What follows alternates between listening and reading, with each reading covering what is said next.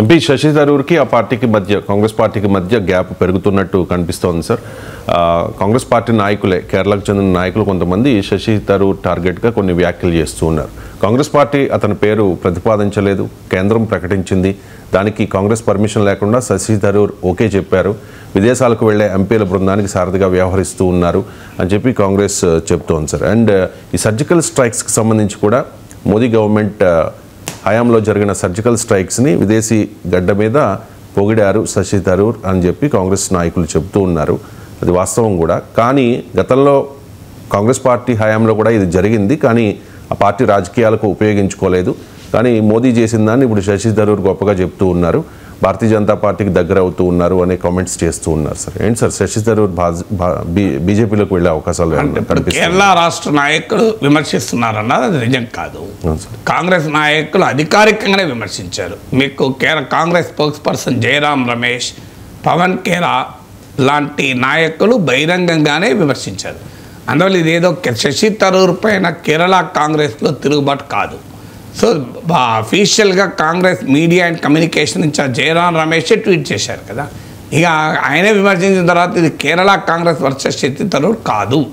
ఉదిత్ రాజ్ లాంటి పార్లమెంట్ సభ్యులు ఆయన కూడా విమర్శిస్తారు. I don't think is from Kerala.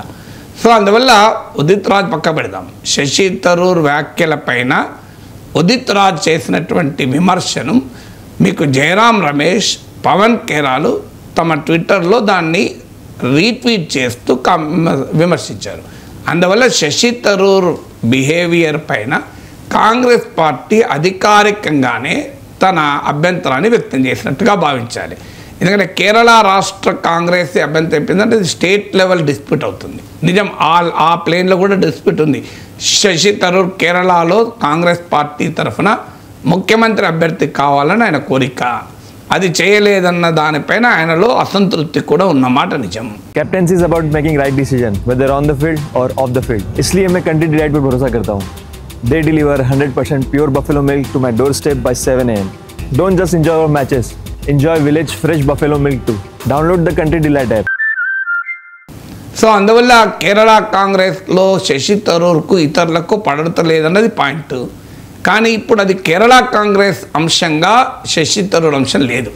Shashi Tharoor అంశం కాంగ్రెస్ పార్టీ వైఖరికి భిన్నంగా ఆయన వివరిస్తున్నాడు. It's a function of Kerala politics కాదు, function of Congress politics. Function of Congress politics ఏంటంటే ఆయన గత కొన్ని రోజులుగా, ఇప్పుడే కాదు, ఆపరేషన్ సింధూర్ అనేది ప్రజల సెంటిమెంట్తో కూడుకున్న అంశం గనక ప్రజలు సెంటిమెంట్ విషయంలో కాంగ్రెస్ పార్టీని కార్నర్ చేయడానికి బీజేపీకి శశి థరూర్ ఒక ఆయుధంగా మారాడు. తన సొంత పార్టీని అటాక్ చేయడానికి ప్రత్యర్థులకు ఒక వ్యక్తి ఆయుధంగా మారితే ఆయన హానెస్టీని, ఇంటెగ్రిటీని ఎలా అర్థం చేసుకోవాలి? ఇప్పుడు Shashi Tharoor is a great intellectual, అనుమానం లేదు. నేను ఆయన రాసిన ప్రతి వ్యాసాన్ని చదువుతాను. ఆయన లాంగ్వేజ్కు ఫ్యాన్ కాని వాళ్ళు ఎవరు ఉండరు. అద్భుతమైన ఆంగ్ల భాషా పాండిత్యము, సో ఆయనకున్న ఆర్టికులేషన్ స్కిల్ అద్భుతమైంది, ఎవరికీ అనుమానం లేదు. శశి థరూర్ నాలెడ్జ్, ఇంటలెక్ట్ పైన ఎవరికీ డౌట్ లేదు. ఆయన రాసిన పుస్తకాలు కూడా చదివాను నేను. కానీ మనకు అర్థం కావాల్సింది, నువ్వు are a great intellectual, don't join any party అంట నేను. మేధావులు ఎవరు పార్టీలలో చేరి ఆ పార్టీలకు తానా తందానా అనలేక ఇబ్బంది పడుతూ ఉంటారు. నువ్వు మేధావి అయితే మేధావిగా ఉండు, రాజకీయ నాయకుడు అయితే రాజకీయ నాయకుడిగా ఉండు. మేధావికి రాజకీయ నాయకుడికి తేడా ఏంటంటే, రాజకీయ నాయకుల్లో మేధావులు ఉంటారు, కానీ తన మేధో సంపత్తిని ఆ పార్టీ సేవకే వినియోగించాలి. అంతే తప్ప ఆ మేధో సంపత్తిని నేను స్వేచ్ఛగా స్వతంత్రంగా వినియోగిస్తాను అంటే ఒక రాజకీయ పార్టీలు ఉండకు. ఇప్పుడు నాకు చాలా రాజకీయ పార్టీ నుంచి ఈ 15 ఏళ్లలో అనేక సార్లు ఆఫర్లు వచ్చినా నేను తిరస్కరించాను. ఎందుకంటే ఇప్పుడేది ఈ మధ్య ఒక ఆఫర్ కూడా ఇవ్వడం రెడీగా లేరు, ఎలాగో యాక్సెప్ట్ చేయరని. నేను మీ పార్టీలో చేరితే ఒక పార్లమెంటుకు పోతా కావచ్చు, కానీ నా అభిప్రాయం చెప్పలేను కదా. మీ అభిప్రాయాన్ని, పార్టీ అభిప్రాయాన్ని చెప్పాలి కదా.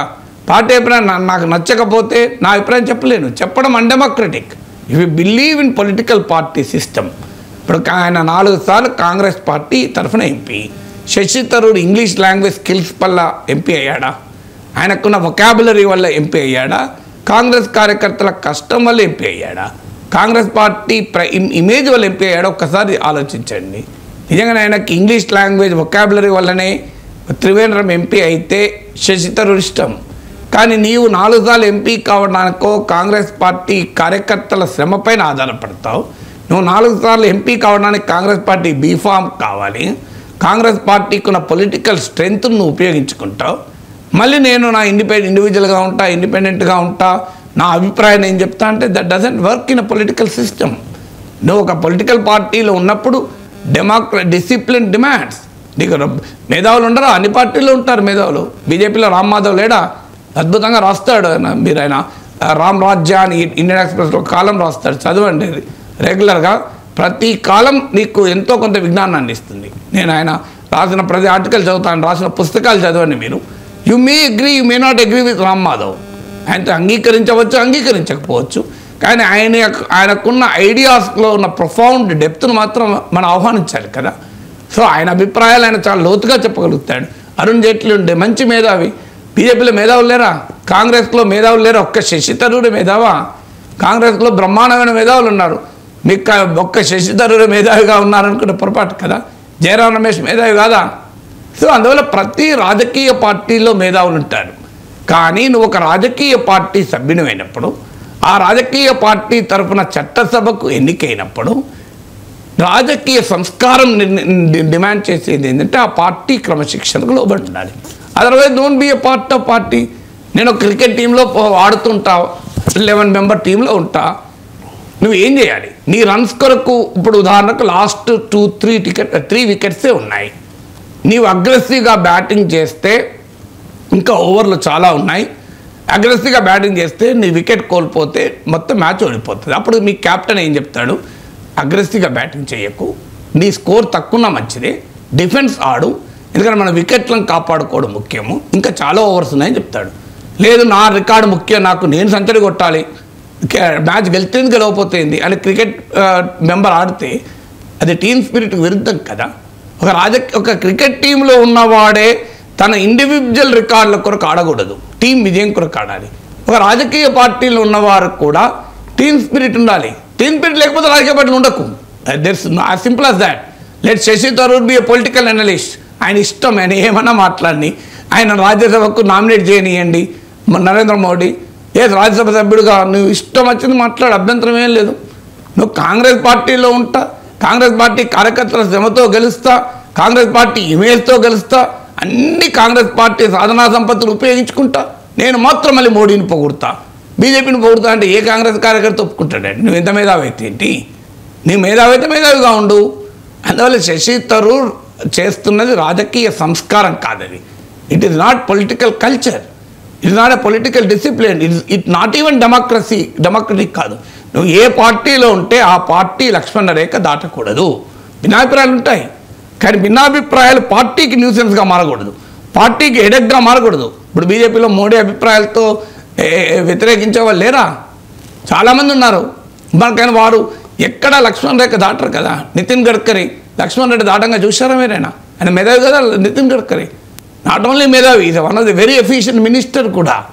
ఆయన చూడండి రవాణా రంగంలో నితిన్ గడ్కరీ కంట్రిబ్యూషన్ మామూలు కంట్రిబ్యూషన్ కాదు ఈ 10 ఏళ్లలో. ఇది వండర్ఫుల్ మినిస్టర్. మరి నితిన్ గడ్కరీ ఎక్కడన్నా మా గీత దాటుతున్నాడా? అసలు నరేంద్ర మోడీ కన్నా కూడా ముందు పార్టీ అధ్యక్షుడయ్యాడు. But still is maintaining the decorum కదా. ఆయన ఎప్పుడన్నా ఆయన ఒక అభిప్రాయం చెప్తున్నది పెద్ద ఇష్యూ అవుతుంది, కానీ తన పార్టీకి నష్టమయ్యే పని ఎప్పుడూ నితిన్ గడ్కరీ చేయలే. రామ్ మాధవ్ తన పార్టీకి నష్టమయ్యే పని ఎప్పుడూ చేయలే.